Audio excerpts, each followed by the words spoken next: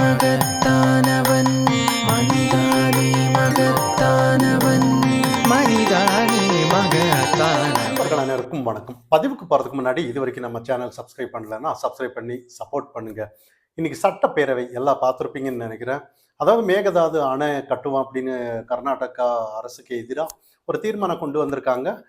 அனைத்து கட்சியும் அதுக்கு ஒரு ஆதரவு தெரிவிச்சிருக்காங்க.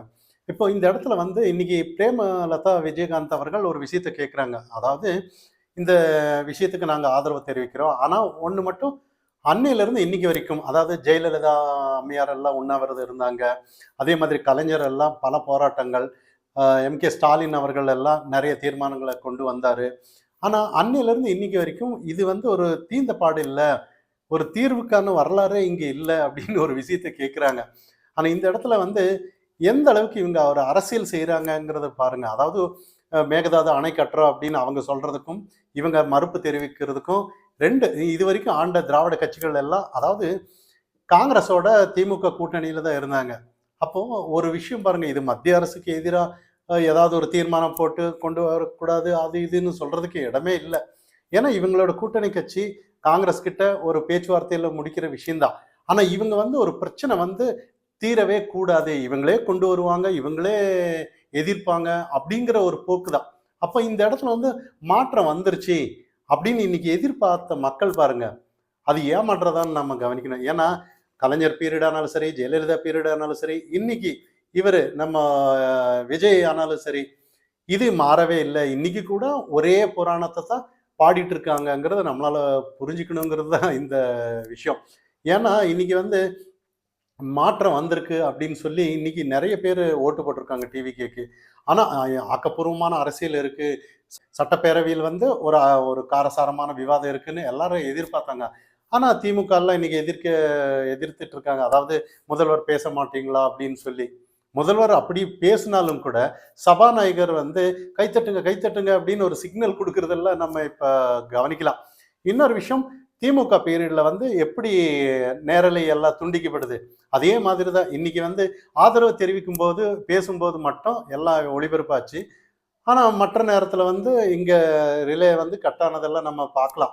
திமுகவுக்கும் தாவேக்காவுக்கும் எந்த ஒரு வித்தியாசமும் இல்லைன்னு தான் நம்ம இந்த இடத்துல கவனிக்கணும். நேற்று தான் அதை தாவேக்கா சார்ந்தவங்க சொன்னாங்க, இனிமே வந்து இது ஜனநாயகத்தில் வந்து என்ன பேசுகிறோம் ஏது பேசுகிறோங்கிறதெல்லாம் லைவ் கண்டிப்பாக இனிமேல் நாங்கள் சரி செஞ்சிடுறோம் அது இதுன்னு என்னென்னமோ சொல்லிட்டு இருந்தாங்க. ஆனால் திமுக மாதிரி தான் டிவிக்கேன்னு இந்த இடத்துல நம்ம எந்த ஒரு மாற்று கருத்து இல்லை. இன்னொரு விஷயம் என்னன்னா, இதே பாஜக பல போராட்டங்களை இன்னைக்கு பண்ணிட்டு இருக்காங்க தவைக்க அரசுக்கு எதிராக. என்னதான் பண்ணாலும் இந்த பாஜகவில் அந்த ஆர்ப்பாட்டம் பெரிய லெவல்ல இல்லைன்னு தான் நம்ம கவனிக்கணும். இதுக்கு முன்னாடி ஆனாலும் முன்னாள் மாநில தலைவர் அண்ணாமலை இருக்கும்போதும் அந்த போராட்ட களமே வேற மாதிரி இருக்கும். இன்னொரு விஷயம், மத்திய அரசு சார்ந்த விஷயங்களானாலும் சரி, நிறைய தகவல் வெளியே மக்களிடையே போய் கொண்டு சேர்த்தணும்னா ஒரே ஒரு பத்திரிகையாளர் சந்திப்பா போதும், மக்களுக்கு அந்த புரிதல் எல்லாமே வந்துடும். ஆனா இன்னைக்கு வந்து பாஜக என்னதான் போராட்டம் நடத்தினாலும் அந்த போராட்டத்துல களத்துல ஆட்கள் கம்மியா இருக்காங்க, யாருமே இல்லை. உண்மையிலேயே பாஜக உண்மையிலேயே இப்ப என்ன பண்ணிட்டு இருக்காங்கன்னா, ஏதோ ஒரு பத்திரிகையாளர் சந்திப்புல அது இது வந்து அண்ணாமலைக்கு எதிரான கருத்து தான் இவங்க சொல்லிட்டு இருக்காங்களே ஒழிய ஆக்கப்பூர்வமான அரசியல் இன்னும் எடுத்துட்டு வரலன்னு தான் நம்ம பார்க்கணும். ஏன்னா அண்ணாமலை எல்லாம் ஒரு பொருட்டே இல்லைன்னு சொல்றதும், அண்ணாமலை அவர்கள் வந்து நாங்க கொடுத்த ஆதரவுல தான், பாஜக கொடுத்த ஆதரவுல தான் வளர்ந்தாரு அப்படின்னு சொல்றதும், இதெல்லாம் வந்து சொல்லிட்டு இருக்கிறது பிரயோஜனம் இல்லைன்னு தான். ஏன்னா அண்ணாமலை அவர்கள் கிளம்பிட்டாரு போயிட்டாரு, இன்னொரு கட்சி ஆரம்பிக்கிறதா சொல்லிட்டாரு. ஆனா அதை பத்தி பேச வேண்டிய அவசியமே இல்லையே. ஆனா இவங்கெல்லாம் ஏன் பேசுறாங்கங்கிறத தமிழிசை எல்லாம் ஏதோ விகடன் ஏதோ ஒரு நேர்காணல் எல்லாம் சொல்லிட்டு இருக்காங்க, பேசிட்டு இருக்காங்க. ஆனா இதெல்லாம் ஒரு தேவையில்லாத ஒரு விஷயம்னு தான் நம்மளோட பார்வை. அதை பத்தி கண்டினியூஸா பேசிட்டு இருந்தான்னா அதான் உண்மையிலேயே பாஜகவுக்கு தான் இழப்புன்னு நம்ம இதுக்கு முன்னாடி காணொலியிலேயே நம்ம சொல்லியிருக்கோம். ஏன்னா அண்ணாமலை பத்தி பேச வேண்டிய அவசியமே இல்லை. அண்ணாமலை ஏதாவது ஒரு விஷயம் பேசியிருந்தான்னா, ஆனா அதுக்கு எதிராக இவங்க குரல் கொடுக்கறதுல ஏதாவது ஒன்று நியாயம்.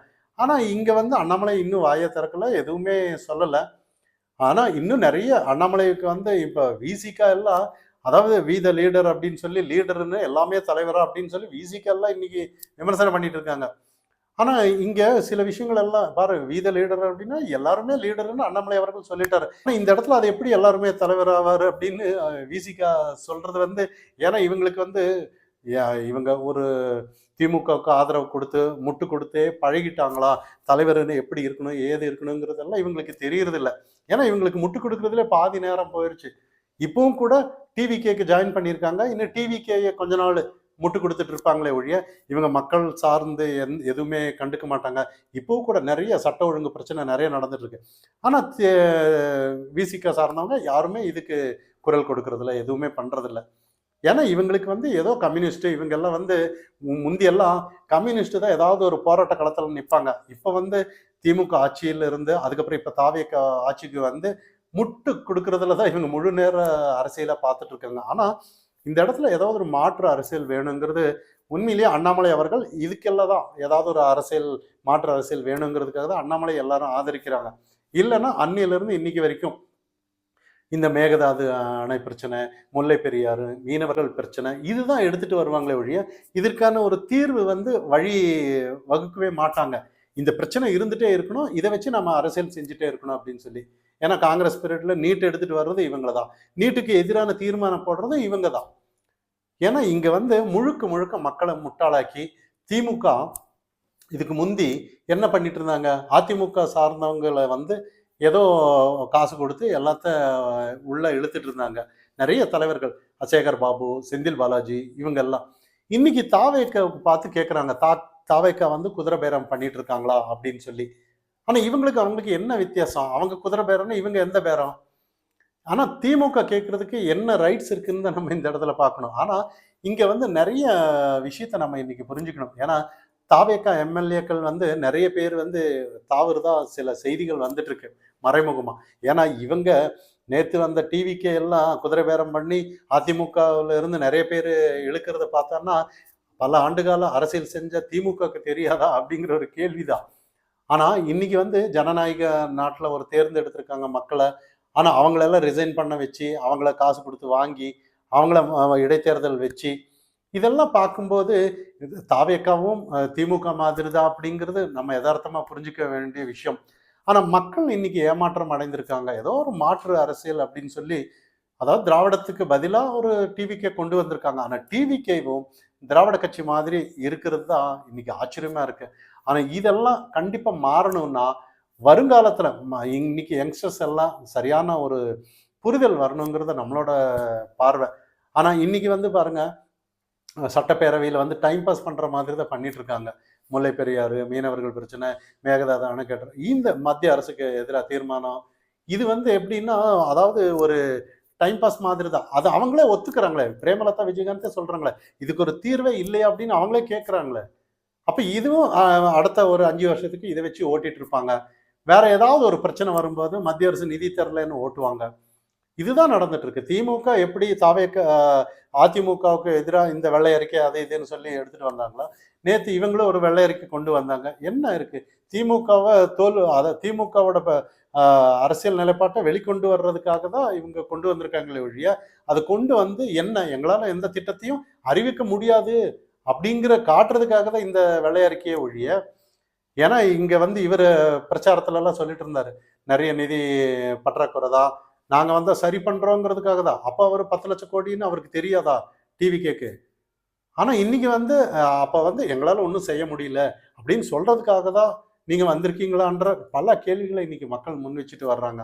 இதெல்லாம் தாண்டி மாற்றத்திற்கான ஒரு அரசியலுங்கிறது இன்னும் வரல. இனி வருங்காலத்துல வந்து மக்கள் கொஞ்சம் புரிதல் இருந்தானா அண்ணாமலையோ யாராவது கொண்டு வரலாமுங்கிறது தான் நம்மளோட எதிர்பார்ப்பு. இல்லைன்னா அரைச்சமாவே அரைச்சு இன்னும் ஒரு 5 வருஷம் ஆட்சி ஓடும். இதுதான் நடக்கும். மனிதானி மகத்தானவன்